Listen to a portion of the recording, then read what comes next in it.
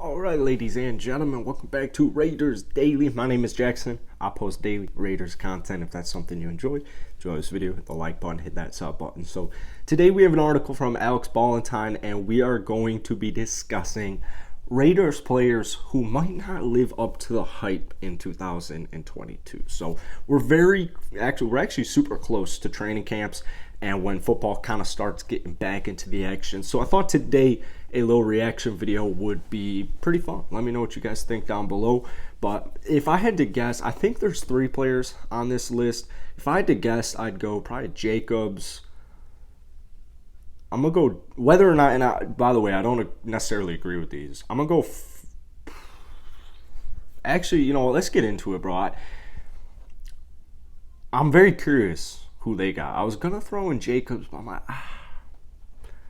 it's not like he even did bad. I feel like his expectations are pretty normal. So let's see. Let's get into this. Number 1.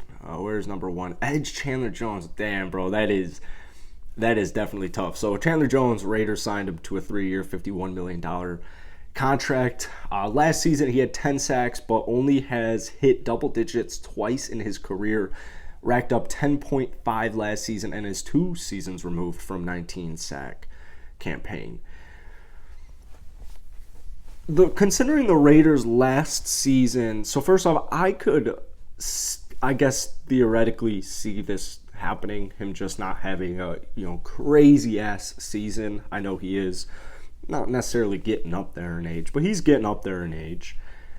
I think the good news is not even a bad season, but what is this? Won't live up to the hype. I still view that as like almost a 10 sack season. Like 19 sack Chandler Jones, are you going to get that again? Probably not. So it kind of depends on what your expectations are. I mean, I know that Chandler Jones isn't anything that I know Chandler Jones isn't enough for me. It's not like Aaron Donald to me where it's like, all right, you get him, it's like, oh, damn, all right, your defense is quite literally now set. Like, if you get Aaron Donald, I think he's the best defensive player in football. Chandler Jones is still very talented.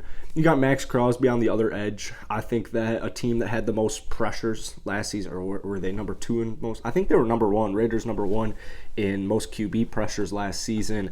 I don't think that Chandler Jones will have an issue. And, even if it doesn't necessarily come down to statistics, like this article, or I guess it's pointed out here, like 10.5 sacks, first off, I would take. But I think his impact with the eye test, I think his impact in the game is, I think it's stuff you just can't really count on a stat sheet. Chandler Jones's presence on the football field, on the edge, I think is something you can't really quantify. So, I don't know. I don't think Chandler Jones will have 32 years old. Is there going to be some regression?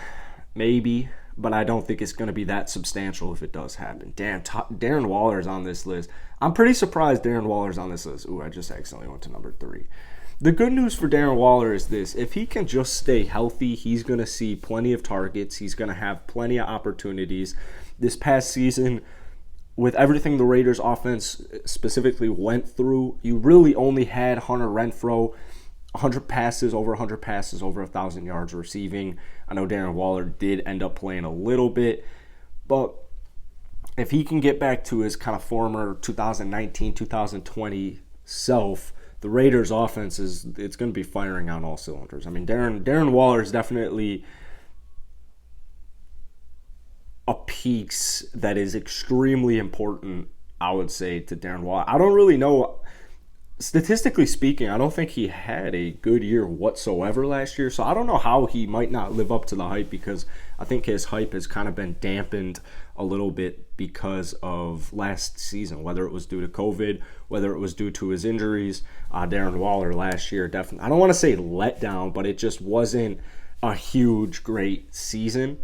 So I think what this article is trying to not emphasize, but I think what they're saying here is that, like, this might just be the Darren Waller now. Players over 30 years old, averaged just 7.2 yards per target, only came down with 59.1% of his targets. So I think what the article is pointing out here is that this might just be what you get from Darren Waller. To me, as long as Darren Waller can be efficient and effective, that's what I need. Double E's, efficient and effective, specifically in that red zone. The good news too, same kind of similar with Chandler Jones, is Darren Waller's physical presence is also something that you can't really put on a stat sheet. I mean, Darren Waller's a dude you're going to have to be double teaming in the red zone. You don't want some small-ass dude on him. So he's going to command a lot of double teams, just like Devontae Adams. So I think it's going to open up the entire Raiders passing offense in general, the whole Raiders offense, both sides. I don't think Darren Waller will regress too much, but like I said, if he does and he's still just efficient, effective, healthy, I'm fine with it. Alex Leatherwood, I mean, this past season, 38 blockdowns, 13 penalties, not ideal. I'm still very hopeful on Alex Leatherwood. I don't think, if you guys have been watching my channel, you know how big I am on SEC guys, specifically guys out of Alabama. He spent a lot of time this offseason at right tackle right now, and I think that's what they're going to have him in. There is some hype surrounding Alex Leatherwood. Maybe hype's probably the wrong word, but there's a lot of eyeballs on Leatherwood this upcoming season. First round pick, struggled in his rookie season. I don't think you just get drafted first round.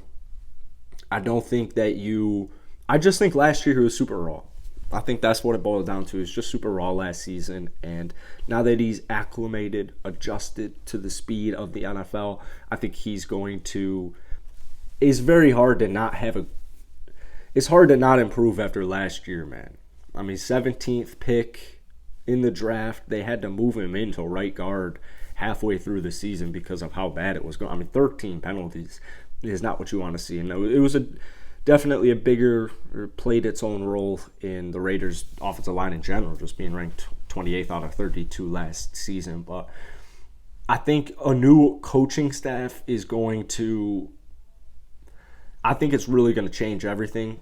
You bring in Carmen Brasillo, and 2019 to last season, they were a top 10 offensive line. So I think the new coaching scheme, I think bringing in a guy like Dylan Parham, I think it's going to ease the pressure off Alex Leatherwood, and I don't anticipate him